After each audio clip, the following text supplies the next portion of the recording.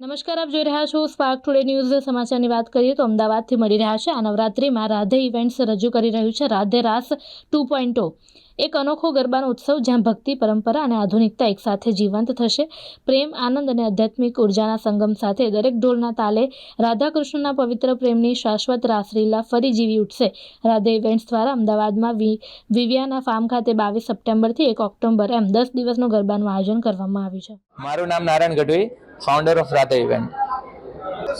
આ વખતે રાધે રાસનું બીજું વર્ષ છે, તો જે લાસ્ટ હતું અમારું એના કરતાં બહુ અપગ્રેડ, 3 ગણો અપગ્રેડ અમે કરી રહ્યા છીએ. સ્પેશિયલ રાધે રાસ છે તો રાધા કૃષ્ણની થીમ, જેની અંદર સોંગ હોય કે પછી ત્યાં ડેકોરેશન હોય કે ત્યાંનો આખો માહોલ હોય, આખું અમે કૃષ્ણમય અને રાધેમય કરવાનો પ્રયત્ન કર્યો છે પૂરેપૂરો.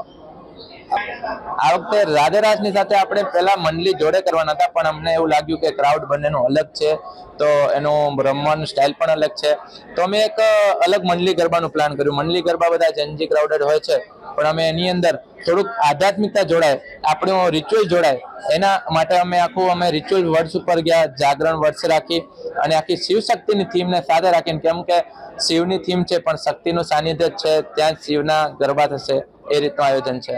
આપનું નામ અને પરિચય? મારું નામ છે પિયુષ ગઢવી અને અમદાવાદની નગરીની અંદર આવી રહ્યો છું 10 દિવસ અલગ અલગ વેન્યુ પર. અને ખાસ તો અમદાવાદ માટે ખૂબ એક્સાઇટમેન્ટ છે, કારણ કે હું પહેલી વાર આવી રહ્યો છું અમદાવાદની અંદર ગરબા કરવા માટે, અને ખૂબ કહેવાય ને ઉત્સાહ છે, અને બધા જ આખા અમદાવાદને ગરબા રમવા માટે આવી રહ્યો છું હું પિયુષ ગઢવી. અને ખાસ એક તમારી સમક્ષ એક નાનકડું ગીત લઈને આવી રહ્યો છું. અમદાવાદ કેરી નગરી અને મહારાષ્ટ્ર રચાય, હે માથે પહેરે મોર પીછ ત્યાં રાધે રાસ રમાય, રાધે રાસ રમાય. હે બંસી બજાવી સૌને નચાવે, શામ કરે છે ઉમંગ, એ હાલો રમવા જઈએ આજે રાધે રાસ ને સંગ, રાધે રાસ ને સંગ. હે સૌનું ખાસ રાધે રાસ, હે સૌનું ખાસ રાધે રાસ.